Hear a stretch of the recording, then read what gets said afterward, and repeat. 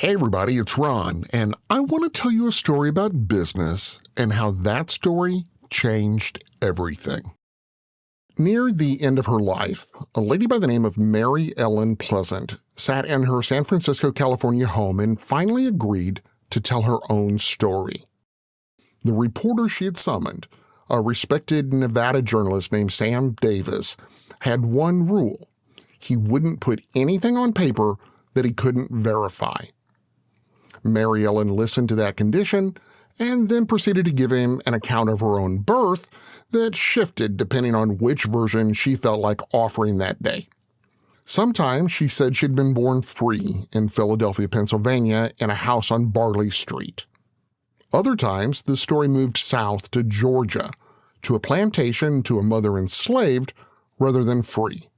The year itself slid too, 1814 in most tellings, 1812 in others. Now, it's important to understand this wasn't confusion.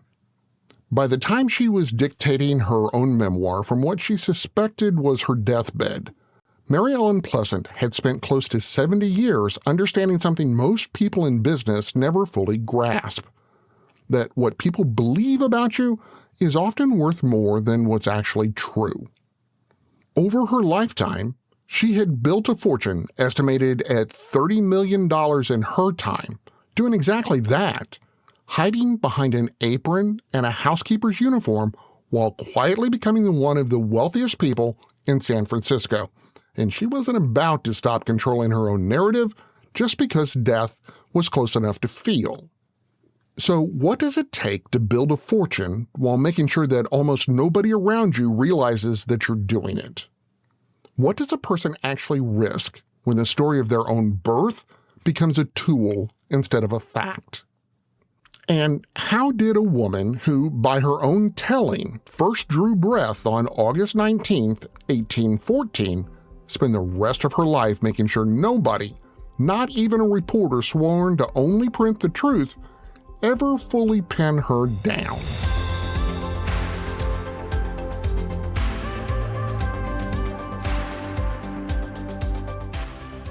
From Business Basics, I'm Ron Trucks, and this is Business History, the daily podcast where we explain the stories that changed business forever. Every date on the calendar has a story where business reshaped the world. Today, August 19th, that story takes us to 1814, the birth year of someone who most people have never once heard of. Somewhere in the confusion of Mary Ellen Pleasant's earliest year sits a decision, one she made herself long before she had any money to protect. Ask her where she was born, and you'd get Philadelphia, Pennsylvania, a house on Barley Street, a free mother, a Hawaiian father who imported silk. Ask a different day, a different mood, a different listener, and the story moved south instead, to Georgia, to a plantation, to a mother who was enslaved rather than free. She never once let the story sit long enough for anyone to pin it down completely, and that restlessness wasn't confusion. It was practice, decades before she ever had a fortune worth hiding. As a young girl, whichever version of her origin you believe, she eventually landed in Nantucket, Massachusetts, working the counter of a general store for a Quaker family deep in the abolitionist cause. She learned to keep books there, tallying a full day's accounts from memory alone since she couldn't yet read or write, and she learned a couple of other things too. Sitting there quietly in that room while grown men and women argued over slavery, freedom, and what a person actually owed the cause that they believed in. A few years later, she married an abolitionist named James Smith in Boston, and together they ran people north, hiding formerly enslaved travelers on a route toward freedom, breaking federal law with every mile. You're probably more familiar with the name for that route as the Underground Railroad. When Smith died only a few years into their marriage, he left her a real inheritance, tens of thousands of dollars. But instead of stepping back from danger, Mary Ellen kept running that same route alone for several more years. The risk finally chased her clean off the East Coast, though. In 1852, she stepped off a ship in San Francisco, California, in the middle of the gold rush, carrying money, a hard-won set of instincts, and a secret nobody in that city had a reason yet to suspect.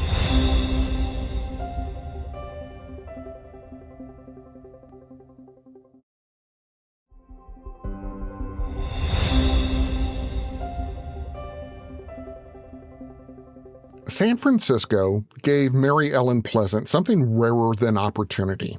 It gave her a disguise nobody thought to question. She took work cooking and keeping house in the homes of the city's wealthiest men, and in doing so, she became something close to invisible to them. She was the kind of person a room full of powerful men simply stopped noticing while they talked. And they talked about everything in front of her: investments, deals, which mines were paying, and which banks were shaky, never once imagining that the woman refilling their coffee was memorizing every word of it. She turned that information into something real. Restaurants opened under her direction. Boarding houses filled with paying tenants. Money moved out to businessmen who needed it at interest and came back multiplied. Her most important partnership, though, grew out of exactly this kind of quiet arrangement with a banker named Thomas Bell. Mary Ellen ran Thomas Bell's household publicly as his housekeeper. But while doing so, she was also privately managing a substantial shared investment portfolio alongside him, a fortune tucked behind an apron nobody bothered to look at twice. The same instincts that built her wealth were building something else too quietly underneath it. Rooms in her boarding houses became landing places for people who needed somewhere safe to be. Domestic job placements she arranged doubled as a kind of underground network, connecting Black San Franciscans to work, housing, and help nobody else in the city was offering them. Then, in 1866, her two lives collided in public for the first time. Mary Ellen stood waiting to board a San Francisco streetcar with a valid ticket in her hand, and the driver refused to stop, refused to let her ride, simply because she was Black. The same woman, quietly worth a growing fortune, stood on that street corner, treated like she owned nothing at all, and rather than walk away, she sued.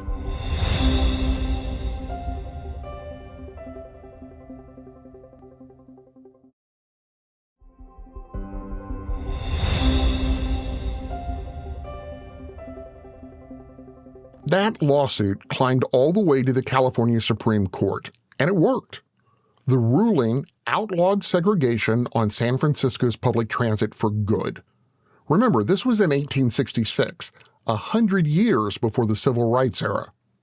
Even so, as the state Supreme Court ruled in her favor, it also separately stripped away the modest damages a lower court had originally awarded her. By 1890, a federal census taker sat across from Pleasant and asked her occupation. Mary Ellen didn't hesitate. Capitalist, she said, and it went into the record exactly that way. Her fortune by then, an estimated $30 million, which is roughly $1 billion in today's terms, sat comfortably alongside the wealthiest men in California, built almost entirely while the city around her assumed she was somebody's cook. Let's look at that next to her more famous contemporaries. Andrew Carnegie and John D. Rockefeller built their fortunes in the open during these exact same decades. They were profiled, celebrated, remembered. Pleasant built something comparable, but by making absolutely certain nobody could see it happening, understanding something those men never had to consider, that visibility for a Black woman in her era wasn't a mark of success, it was a target. The fall of everything, when it came from inside the very household that had helped her grow her fortune.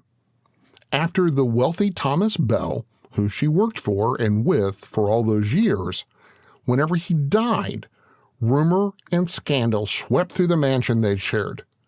Bell's widow eventually sued Pleasant and won, tearing away much of the fortune she'd spent decades quietly assembling. Mary Ellen Pleasant died in 1904, declared insolvent. Her once vast wealth scattered across legal fees and a fight she couldn't outmaneuver the way she had outmaneuvered nearly everything else in her life. She had chosen her own epitaph long before her actual death. On it, on her gravestone, she didn't want capitalist. She didn't want entrepreneur. She actually wanted the 3 words, friend of John Brown, which was a nod to the militant abolitionist whose failed raid on Harper's Ferry in 1859 became one of the sparks that lit the Civil War. It was the last deliberate choice of a woman who had spent her entire life deciding exactly what the world would be allowed to know about her.